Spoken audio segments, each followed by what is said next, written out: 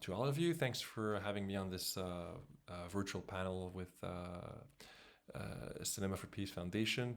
My name is Francois Jacob. I'm the producer and the director of a documentary film called Under the Same Sun. And I have been documenting with this project the Armenian-Azerbaijani conflict over Karabakh for the past 4 years.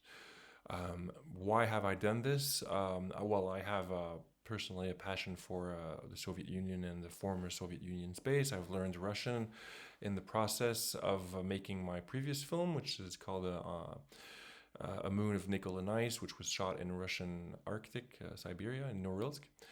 And in the case of Armenia and Azerbaijan, I was absolutely always fascinated by the fact that for such a long period of time, for centuries, so many different ethnic groups coexisted mostly peacefully in that region under various foreign imperial rules, whether it's Ottoman, Persian, the Tsars, the Soviet Union.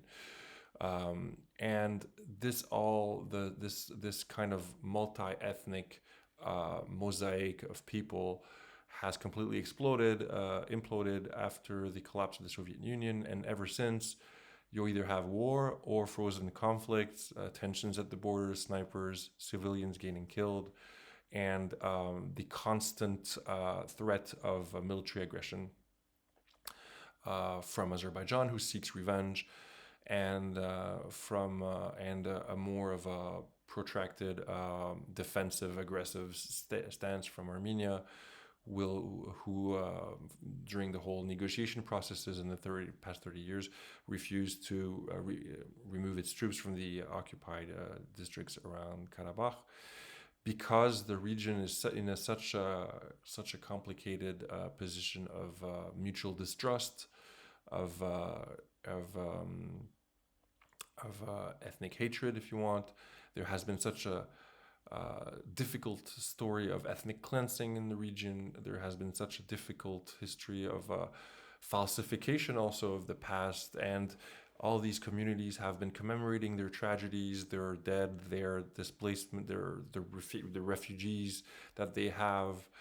And so these different ethnic groups have become blind to each other, basically, and have almost ceased to recognize that the other nation basically exists, has its own culture, has its own pride, has its own right to exist on a certain territory.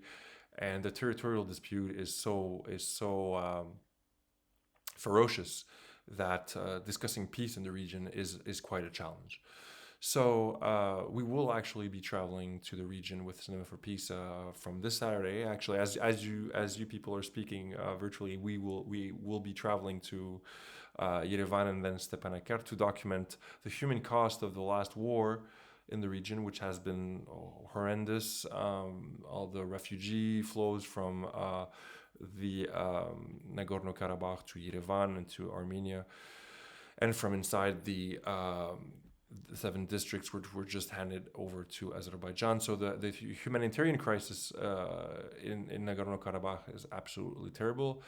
We will be documenting this for Cinema for Peace, and I hope you'll find this moving and interesting, and that you'll understand more of the implications of war in this region and why it absolutely has to stop.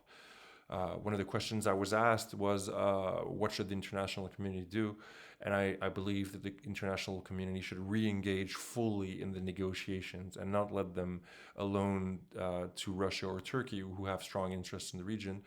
And the international community has to take serious steps and realistic steps in these negotiation processes, so that military solutions are no longer acceptable, and that realistic new borders and new agreements come from these negotiations and mediations.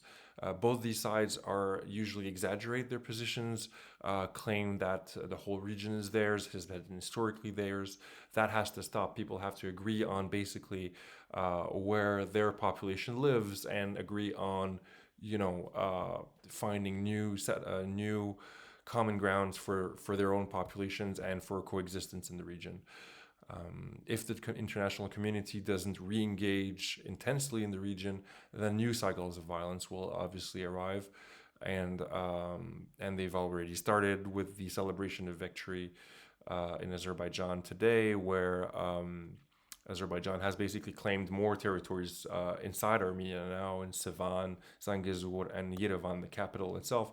So at some point, the international community should really not only call for peace, but actively work on these complicated issues and get their hands dirty, basically, in these process, so that the military solutions and the military aggressions just plain stop in the future.